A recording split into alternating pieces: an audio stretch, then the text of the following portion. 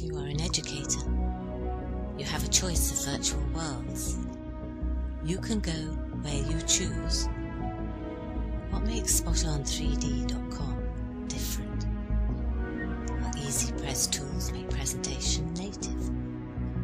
Easy inventory go from grid to grid. Universal registration. Universal avatars. EduMerge and micro-community. Community Conference Center, 100 people on a cloud, free forever accounts with 5 avatars, premium membership with full production level skills, protection. SpotOn3D.com. Different.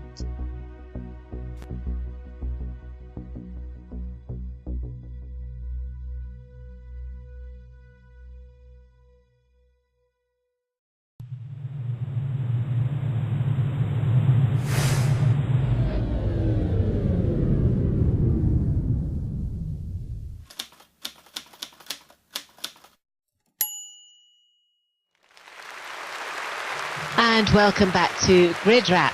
Now, who do we have for you this sunny day? Well, sunny day in Second Life, let's put it that way. We have the wonderful Erin Burks from Liquid Heat, and we have our co-host Tessa Harrington. Hello, ladies. Hello. Hello. Welcome, Erin. I was just saying, just before we went up, that you must be the only person in Second Life, well, forgive me, everybody, if I'm insulting you all, but the only person in Second Life, apart from Philip Rosedale, who's hotter than their avatar in real life. It's gone down like a lead balloon with the audience, this. Yeah. They're busy checking their profile pics. So, ladies and gentlemen, update your profile pics.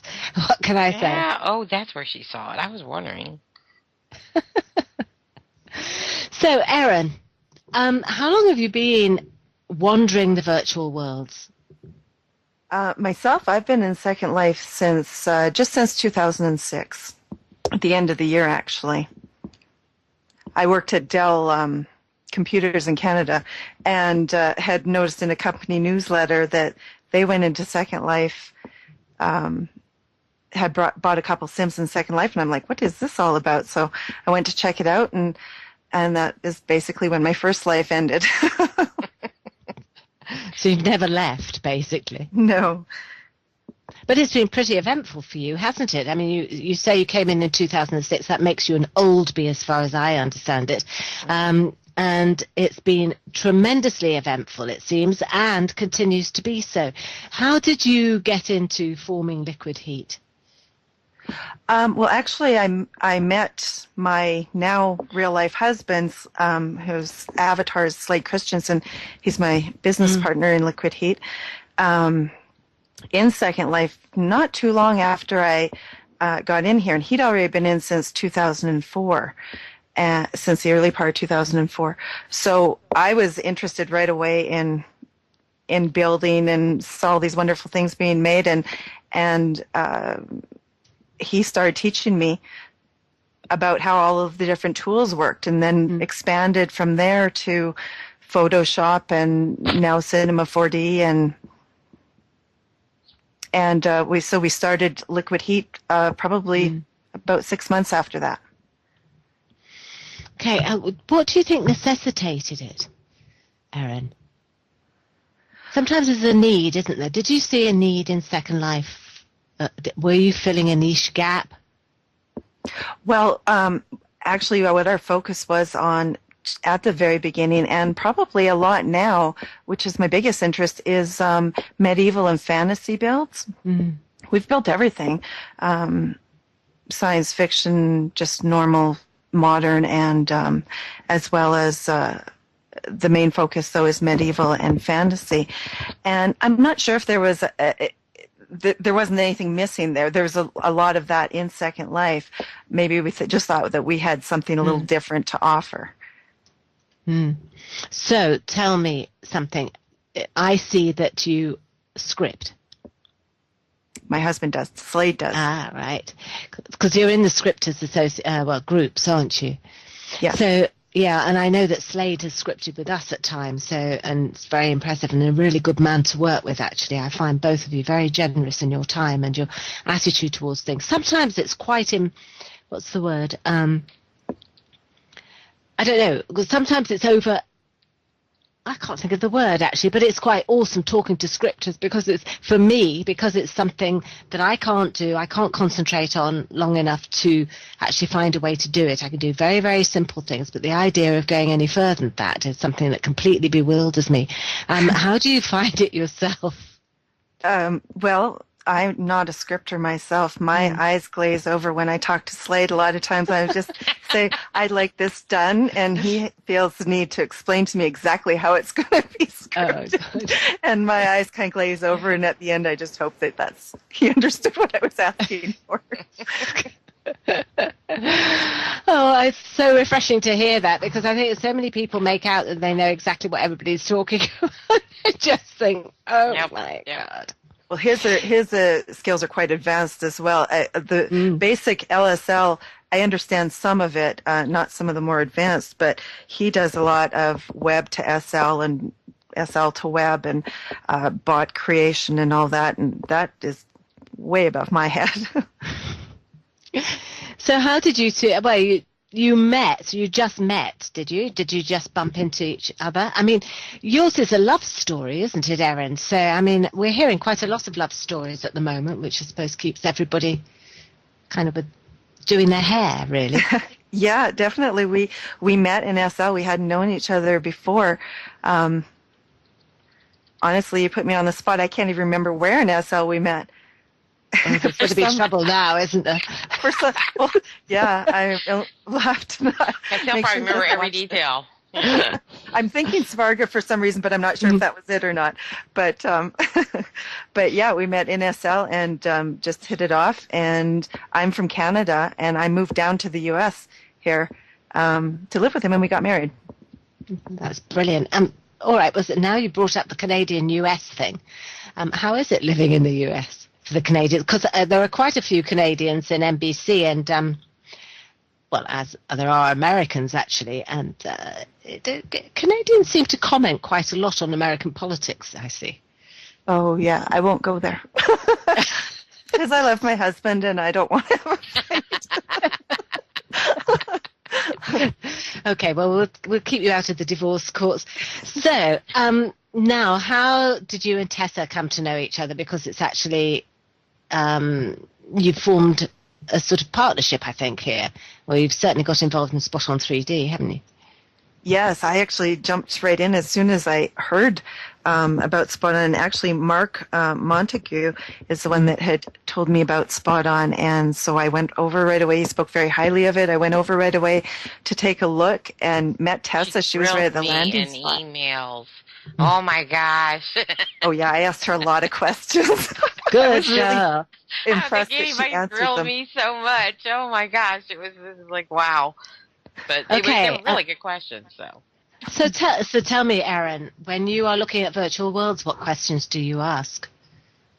Well, one of the big ones is of course the security of it, because we've run OpenSims ourselves on our computers, so we know what capabilities the owners of the OpenSims have, and the fact that anything that's on that sim basically you can own as the owner of the sim, and you can do whatever you like with it. It's just a matter of switching a couple of things and you have something full perms. And so I was very Wait, let me clarify that. That's only if you're on a peer-to-peer system where you tap into a central database, but you are hosting that server on your own computer.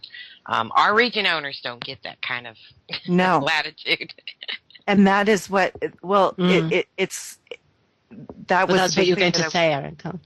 Was looking for was something that where the people that I felt that I could trust, that they were showing that they're actually actively aware of these things and trying to combat, copybot and things like that. With Spot On, I was really interested because they don't allow outside viewers on. Well, they can get on, but they only can get one little spot of the grid. And just Tessa was really open about everything. I think that her partner as a lawyer doesn't hurt.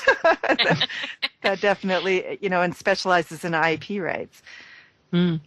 That was definitely a positive. The abilities in OpenSims to a builder, a lot of the abilities, specifically making prims larger than they can be in SL, is definitely a plus. Mm. And why? Can I ask? You said that you've hosted OpenSim grids yourself. Why the need to expand into other virtual worlds? Do you think? Well, I think it's just the confidence in Second Life. I think once you get to a certain point, you always want to grow outwards and try different things. And I liked how with Spot On, they're really focused on business and education and getting those types of groups in there, which, it's more serious groups. And it seemed like with Linden Labs, they're not so interested in having the education in here anymore as they raise the rates. And just, I don't know, it just a few things that I wasn't really happy with here. Well, it's business, isn't it, as well? I mean, I think certainly it's like it's expansion. It's expansion. People are expanding. It's like going into Europe or going into America or going into Canada. Exactly. It's about trade expanding, isn't it?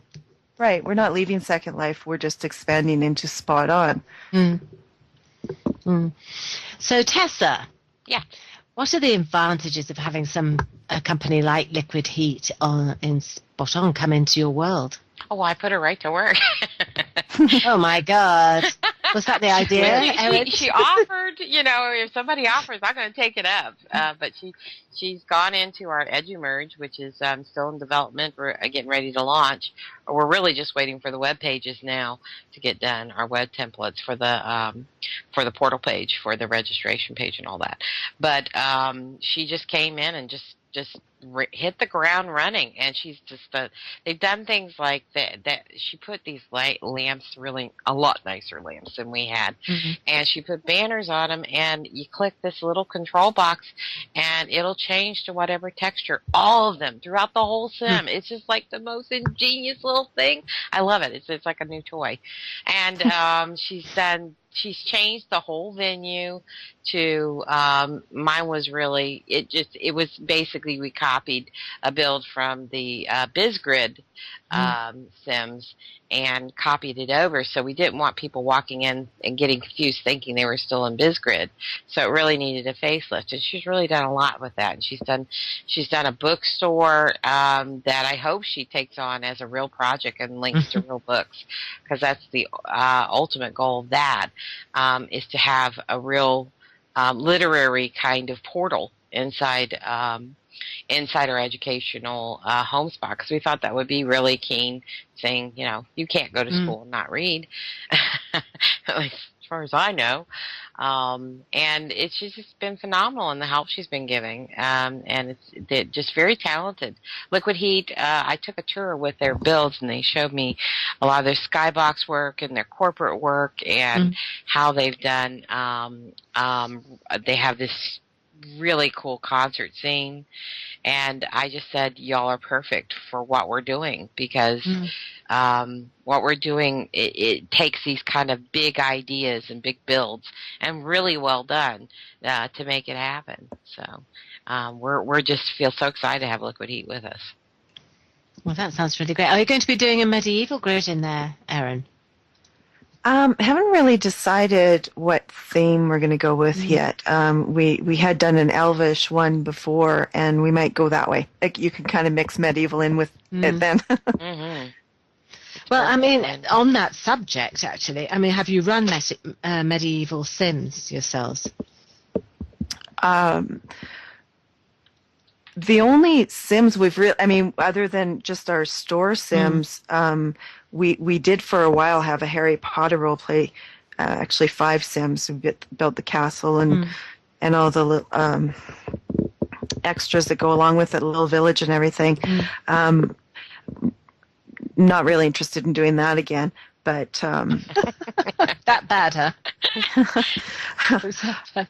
It could be something else, can't it? Because I know that there's a lot of debate amongst the medieval Sims, and I suppose this is what I was getting at as to what is medieval, what isn't, what is role play, what isn't, what should be put into rules. And I'm assuming that actually to do the Harry Potter Sim would have been